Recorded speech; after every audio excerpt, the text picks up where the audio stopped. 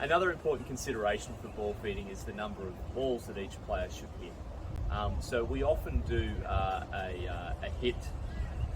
Players hit a number of shots and then pick up a number of balls, as opposed to the coach feeding to a group of players where they hit and stand at the back of the line, then they have to pick up a full basket of balls. That tends to waste time. So we encourage basically where possible and where safe for coaches, for players to hit, say, 6 balls, run around the other end and pick up 6. So it's really about how do we determine how many players or how many balls a player should hit each time they come around. So there's a simple way to think about it.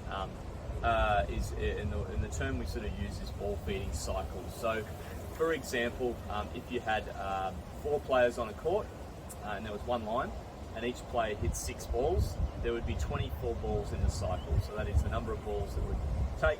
The coach would feed to move through every player on the court. So we encourage basically the ball feeding cycles between 16 and 24. So using the scenario of having 4 players in a line, if each player were to hit 4 balls each, that would be 16. They'd hit 4, run around and pick up 4. You could do 24, which would be every player hitting 6 and picking up 6. So that's an example of 16 to 24 balls is the range. Obviously, if you go towards the 16 ball range, players are going to have to run very quickly to pick up balls. If you go towards the 24 ball range, players will not have to pick up the balls quite as quickly. So the other thing to sort of keep in mind with that is it depends on how many player lines you've also got on the court. So if you have one player and you've got the coach, say in this position here, and you've got, let's just call it 4 players, then in that situation, all right, you're obviously still using the 24 ball cycle. So if the players hit 4 balls, so the coach will feed in, say, 4 shots, 1, 2, 3, 4. Player will run around, okay, pick up 4 balls, next person comes up, coach feeds in again. All right, we're using that. They'll hit either between 4 and 6 shots would be the guide there in that situation.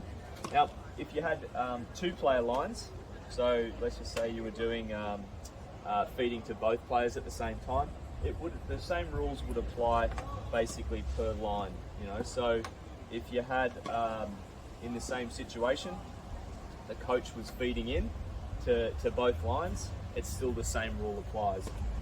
There's 4 players in a line over that side, so they'll be doing a 16 to 24 ball cycle. There's 4 players over this side doing 16 to 24 as well. The coach will be feeding in to both lines. These guys in pairs will hit their 4, they'll run around, pick up their balls. The next 2 will come up. These guys will move back around to the end, like in that position there. So hopefully that explains sort of ball feeding cycles. Anytime you do less than 16 balls, the players will just not have enough time to move around. And anytime you have a ball feeding cycle that has more than 24 balls, you're going to find it's quite slow. Players will hit quite a lot of balls.